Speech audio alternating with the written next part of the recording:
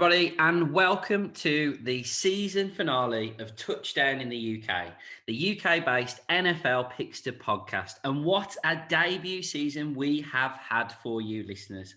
Our very own Cliff has finished 5th in the world in the Sky Sports NFL Pick'ems.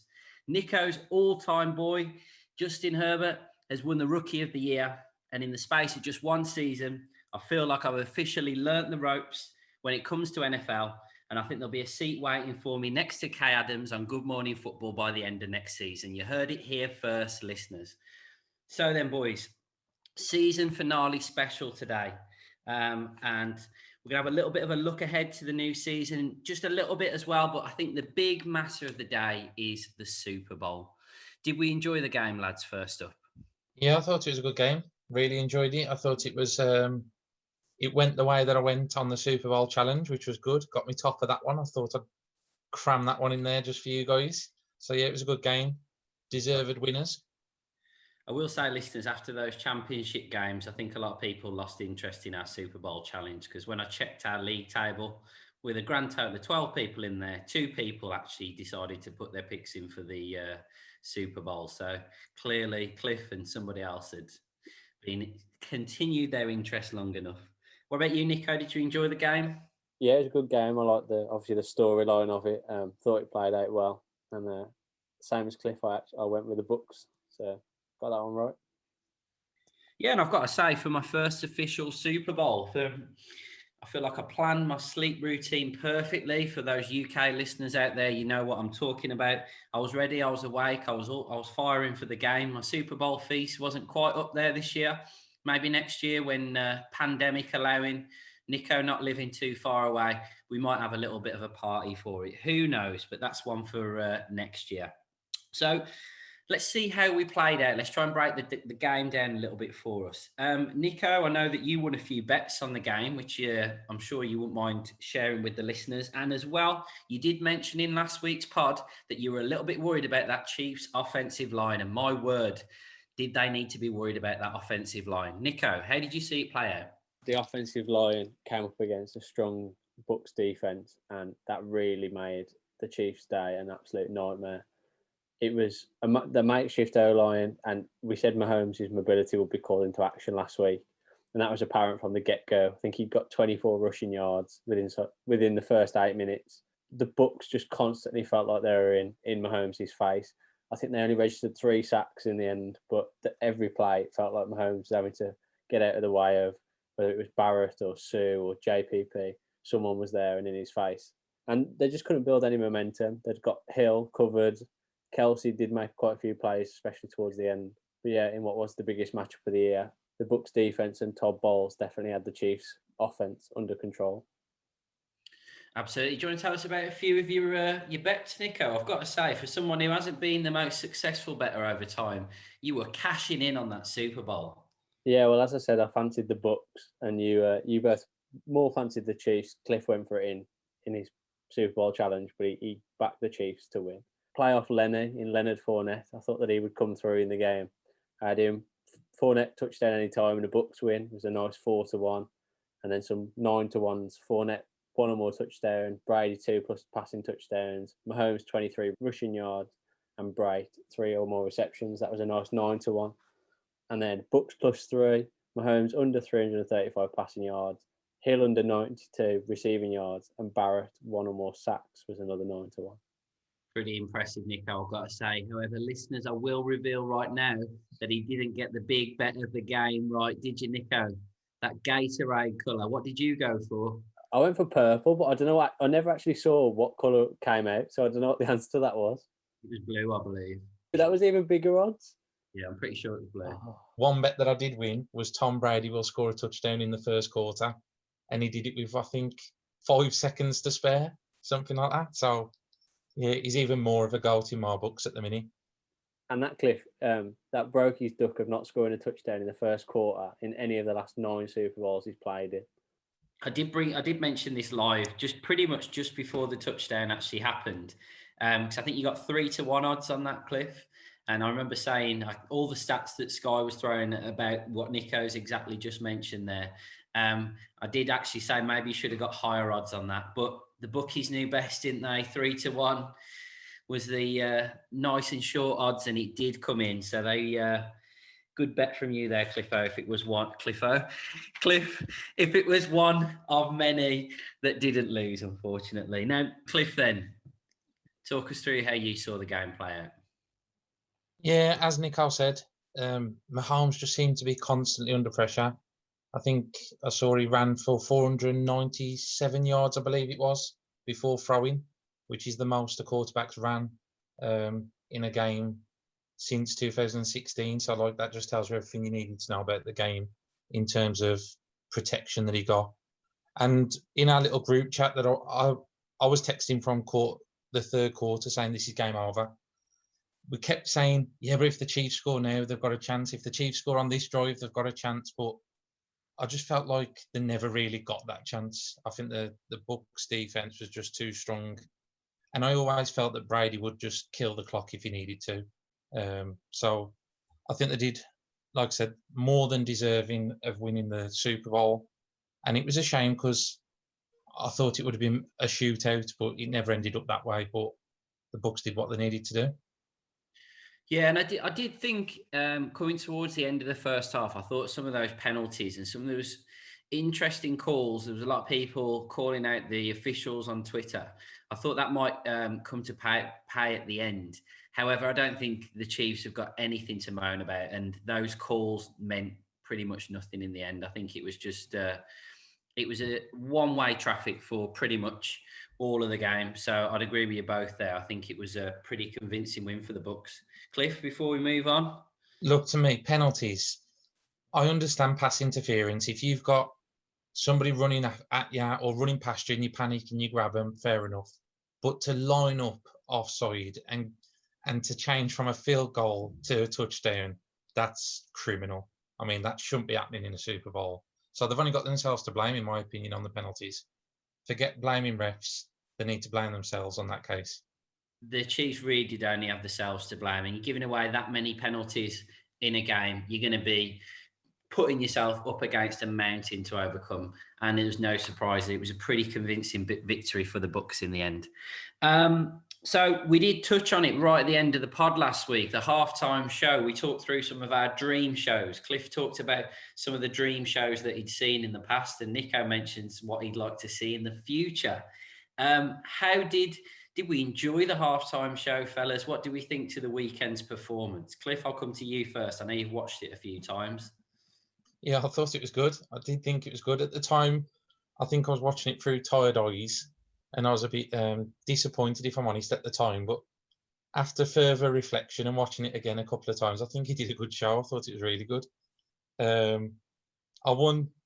Well, I say I won the bet on what was the first song. I didn't actually go with the bet, but I should have, because it would have been one bet I actually got right for the Super Bowl. Moving away from that, I've got to let you in on this. We were speaking to each other live. We were obviously separate in our own homes, but talking to each other live during the game. And around about halftime, it came out, it appeared on Twitter that only two teams had been interested in Tom Brady at the start of this season. One of those teams was obviously the Tampa Bay Buccaneers, and my word, what a fantastic decision it was to bring in the GOAT. But the other team that were interested were Nicko's beloved Chargers. Now, we posted this into our chat, and straight away, Nicko was on it. He was absolutely like a dog on heat. And he said, no way would I have had Brady over my boy Justin Herbert. Not a chance. I will pick my 7 and 9 season and Rookie of the Year Justin Herbert any day over Tom Brady in the Super Bowl. And he's still sticking with that, listeners. He's gathered the Bolt fam on Twitter behind him just to prove me and Cliff wrong. But Nicko, here's your chance now. Talk us through why you picked Justin Herbert over Tom Brady any day of the week. I mean, you've kind of exaggerated what we actually said and what was actually said. I said last season, in the off season when Brady had the option to come, I didn't particularly want him because the O-line that we've got, I didn't think was going to be good enough to protect him. And I mean, it showed that with Herbert this year. He scrambled as much as Mahomes did in that Super Bowl. He's had like 4 games like that where he's had to scramble around. and make plays on his own because he's not protected. So bringing Brady to the team would have made no impact. Not no impact, but we wouldn't be in a Super Bowl with Brady in the team. And I think that's the realistic view of it. I was about to jump on you, Nick, then and just say, bringing the greatest of all time, 7 Super Bowl winner, more Super Bowls than any other team on his own, wouldn't have impacted the team. But there you go. Cliff, anything you want to add on the record for the listeners? I think I think there's bias in the decision. I understand that when we've asked Jeff Reinbold his opinion on Twitter, he has stuck up for Nicko. I can't deny it.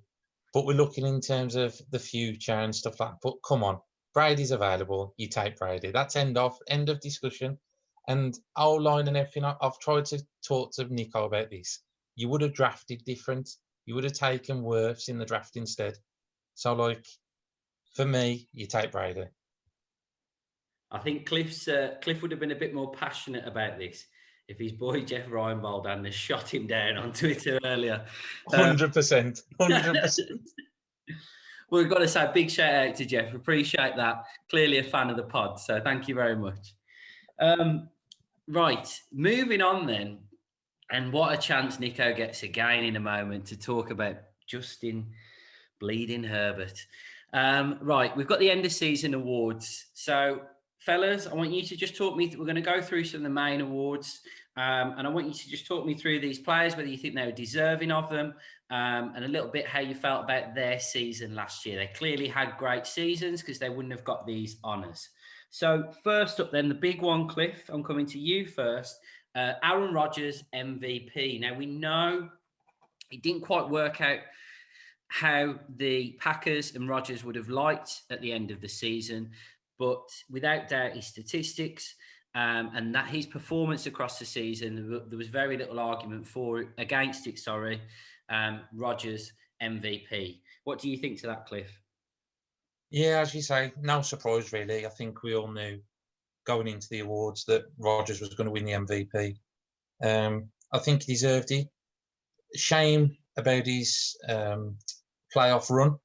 So I actually thought they had a very good chance of making the Super Bowl, if not winning the whole thing this year, to be honest. But based on the season, I think he deserved it. NFC champions.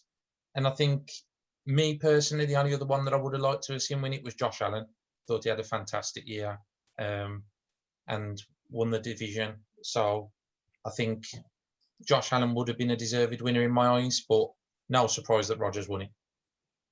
Yeah, I think there was an outside bet for Josh Allen, and obviously Chiefs fans were hoping that Mahomes would get it, but particularly on his Super Bowl performance, I know he didn't really get much help from his O-line, but I think it was a deserving winner there for Rodgers. Right, Nicko, over to you then first. We've got Offensive Player of the Year, went to Derrick Henry of the Tennessee Titans. How do you feel about that one?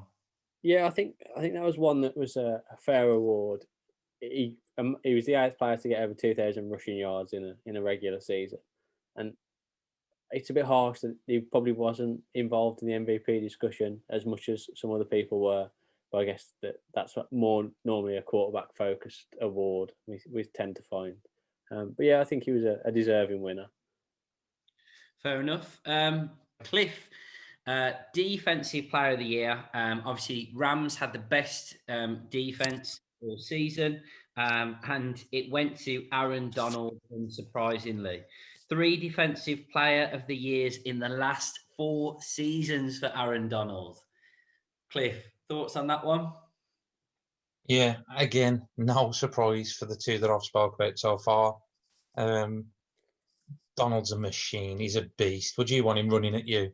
I'd be throwing the ball away quicker than you could say Aaron Donald. But I know that Watt was a strong contender, and I know that Watt's brothers come out on social media saying that it's a bit wrong that he didn't win. But I think Donald wins that prize all day. I know that Watt might have had better stats, but he's a defensive end, and Donald's a defensive tackle that puts these stats up. It's ridiculous. For me, Donald deserved to win the prize for the 3rd time. Right then, buckle yourselves up, listeners. It's going to be a long one. He's got more than 30 seconds this time. There's no time limit. However, we do try and keep the pod to a maximum of 30 minutes, Nicko, so just be aware of that, please. It is the Offensive Rookie of the Year award. Some call him the next Carson Wentz. Who knows?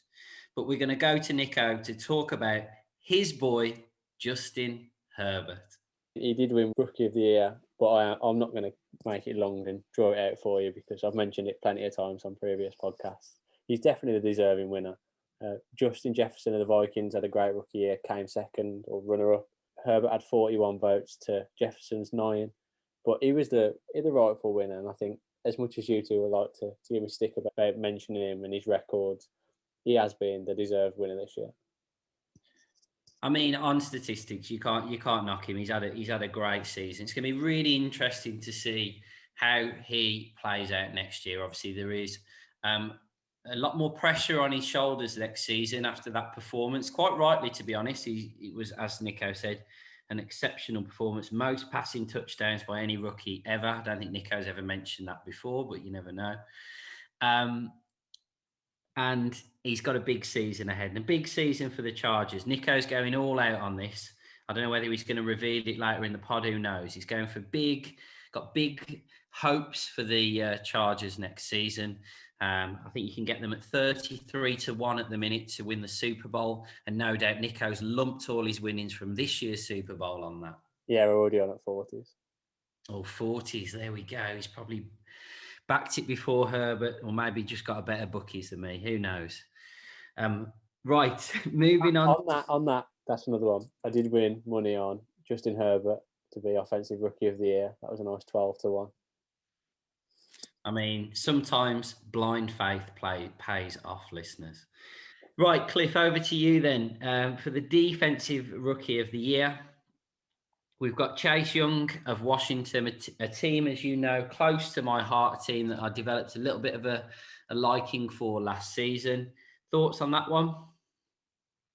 Yeah, Chase Young thoroughly deserved this award. I know that we had Anton Winfield Jr. that was a candidate as well up there, and had a good Super Bowl, by the way. But Chase Young over the season was fantastic.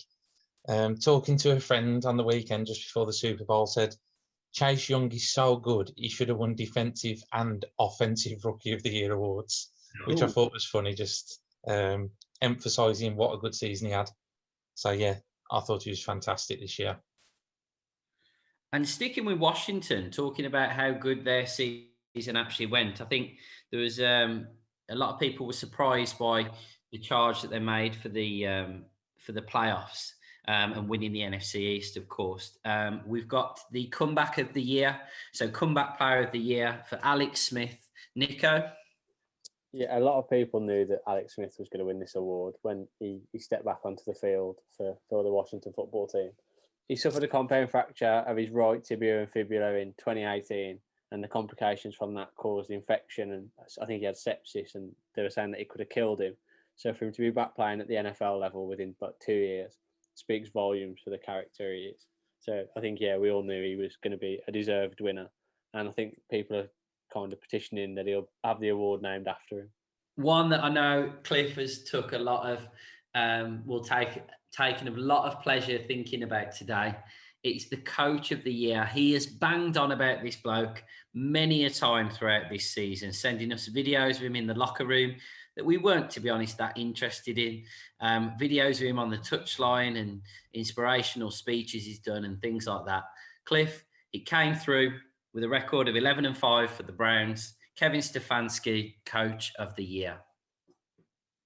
Yeah, as you say, I'll send you the videos all the time, and it's just nice that he finally got some recognition, because I get nothing back when I send you the videos of his speeches. But in all honesty, he's done brilliant. I think there was very strong candidates out there. Flores was a strong candidate. Ron Riviera was a strong candidate, but I just think Stefanski deserved it, what he's done with the Browns. It's the culture change, I think, that surprised a lot of people. I mean, Chris Sims mentioned the Browns as a dumpster fire at the start of the year, hiring Kevin Stefanski.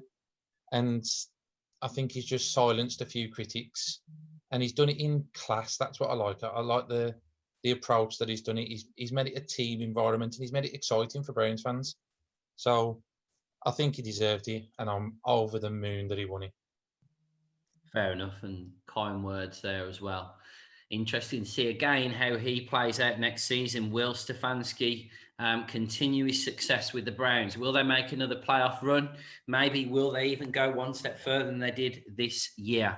And our final of the honours, it had to go to Nicko because he probably spent a combined about 26 hours of his life retweeting the life out of Isaac Rochelle. Final honour then is the Walter Payton Man of the Year, and it was won, Nicko, by who? Russell Wilson of the Seattle Seahawks. And any thoughts on that one? Yeah, he won it for his dedication to supporting the Seattle Children's Hospital and work through his own Why Not You Foundation. And I mean, it's an award where it feels a bit harsh that they actually have to pick a winner, because I guess that many people do such a good job. And as you just mentioned, a quick shout out for the AFC West fans, because the top three in the Twitter voting were Travis Kelce of the Chiefs, Isaac Rochelle of the Chargers, and Justin Simmons of the Denver Broncos. So that raised an additional $40,000 for those charities for them. Yeah, and like you said, Nicko, I think they were all obviously deserving in their own way. They all were recognised for their charity work and things like that. And it was really great to see the fans getting behind those players and getting some more money for their charities. And obviously, Nicko, you played your part in that as well. So well done to you there, mate. So then, listeners, we've got a new relaunch of the pod next season. And in fact, it's going to be bigger. It's going to be better than ever. It's going to be pretty much a brand new pod, but it's just we've used this season as our breakthrough season, a little bit like Justin Herbert, but next year we're going for the GOAT. Next year we're going for the Brady. We're going for the real champions of the pod. We've got some new features to look forward to, where we're going to be questioning each other every week, questioning their bottle. And it might end up with a few punishments for a few of us who might be making some bold shouts. I'm looking at you here, Nicko. We're going to be expanding to all of the best podcast platforms out there. So look out for our Twitter account to see our new logos, our new graphics. Catch us for some awesome giveaways that we've got. And as I said, make sure that you subscribe to us on your favourite podcast channel. We're bringing the pod, so it's much more easier for you guys to access. And I think it's going global this year. I think we're really going for it. Now, before we wrap things up on our season finale, we're going to be back in a few months' time, which I'll talk about in just a moment. But before we wrap things up, the fellas loved it so much last week. I loved it myself, and I'm sure you loved it too, listeners. We've got a bit of a quick fire round for you. Just to remind you of how it works, you just answer with the first thing that comes to your head. Nicko, I know you struggled with that concept last week. So we're going to switch it up this week, though. We're going to go for Cliff first, then Nicko. You happy with that? You okay with that, fellas? Yeah. Super. Right, quick fire round. First one. Herbert or Brady? Friday. Herbert. Fanta or Tango? Fanta. Fanta. One D or Backstreet Boys? Backstreet Boys. One day. Goff or Wentz? Goff. Goff. Books or magazines? Books. Books. 2020 or 2021? 2021. 2021. Chiefs or Packers? Packers. Packers. Reason I went for that last one was just because they're the top two favourites at the minute when I looked on the betting for Super Bowl next season. Cheers for that, fellas. I'm glad you enjoyed it too. I couldn't resist with another one just to wrap things up for the season, guys. So, as I said before, we're going to be back for some one-off specials over the coming months. So make sure you're following us on Twitter. Make sure you're looking out for what we've got to offer. We'll be delivering some draft previews, a bit of a draft rundown following it as well, and some predictions over the summer months and the off season. So keep an eye out for us listeners, please. Can I just say a massive thank you to everyone who's been listening to Touchdown in the UK. We really appreciate your support. We've been getting on our feet, and we cannot wait to be back bigger and better than ever later in the year. Thank you very much. Stay safe, listeners. Goodbye.